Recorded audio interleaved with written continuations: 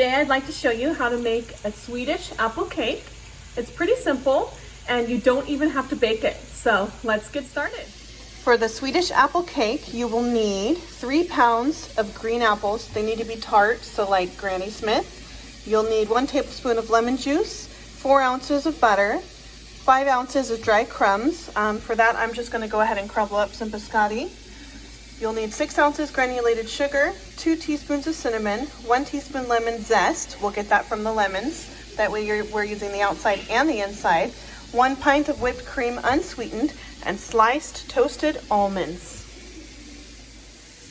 All right, go ahead and take your apples. I would advise rinsing them first. Cut them in half. And then we're going to take those halves and make 1/2 inch wedges.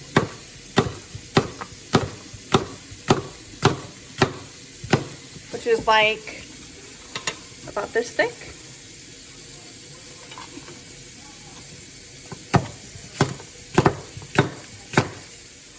If you get little non-food pieces, you can just go ahead and slice those off. After you've sliced all the apples, go ahead and toss them in a bowl with your 1 tablespoon of lemon juice. Tossing the apple in lemon juice prevents the apples from turning brown. Go ahead and melt 3 ounces of butter in a saucepan. Now remember, 1 whole stick of butter is 4 ounces, so you're still going to have 2 tablespoons set aside. We're going to add 6 ounces of sugar, which is about 3/4 cups, 2 teaspoons of cinnamon,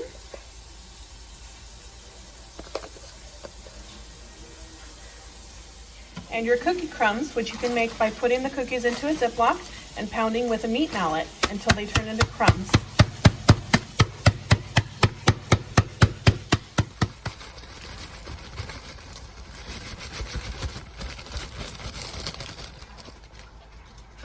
All right, now that we have it all together, let's mix it up. Go ahead and stir this until the crumbs become fragrant, which is about 2 minutes.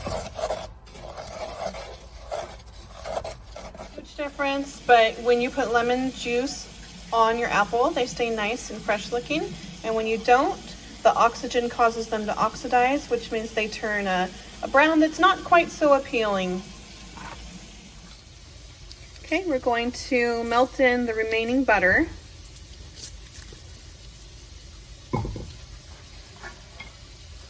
Along with the lemon zest. I just use the same spoon I use the cinnamon. And then we're going to throw all the apples in there once we melt it.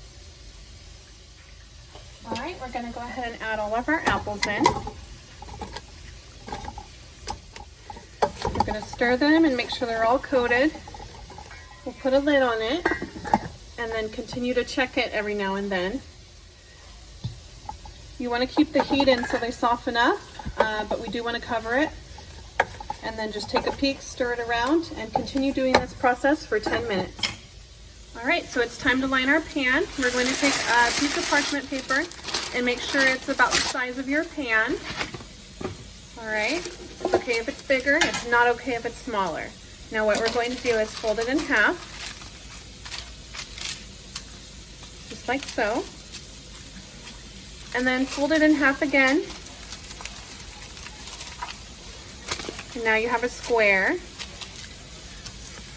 Okay, now we're going to fold it into a triangle like this. And then we'll fold it one more time into a triangle. All right, now take your pan upside down and measure where the middle would be and where the end would be. Go ahead and make a crease, and this crease is where you're going to cut.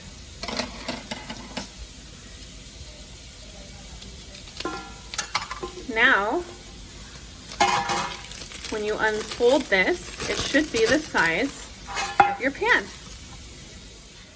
I actually prefer to put some oil in the pan. You can just do regular vegetable oil or Pam spray, and then add some flour and go ahead and toss that around. And this is also going to aid in your cake not sticking to your pan. You can toss the excess flour once you're done doing this. Add the little round that we made and you are ready to go. All right, so you're going to take your crumb mixture and divide it into thirds. So this is about a third right here. And we're going to put 1/3 of crumb mixture into the bottom of the cake pan. If you have a spring form pan, which is where the bottom pops out and comes away from the sides, you can also use that too. That would probably be easier. I just don't happen to have any here at home. All right, go ahead and push that crumb mixture down to the bottom of the pan. You want to cook the apples until they've absorbed the moisture and they are soft and pliable. See how they can bend? Go ahead and layer your apples into the cake on top of the crumbs.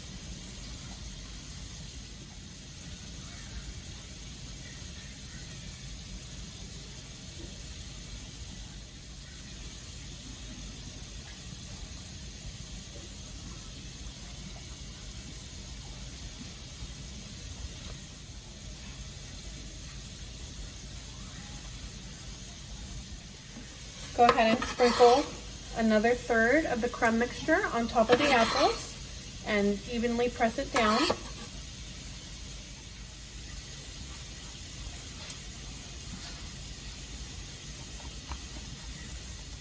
And now we can put another layer of apples.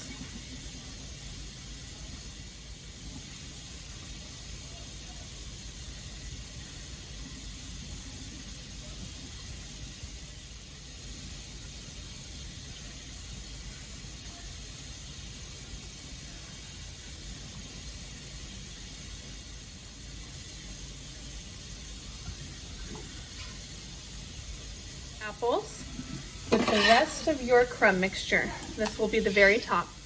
Go ahead and spread the crumb mixture evenly for the top and press it down.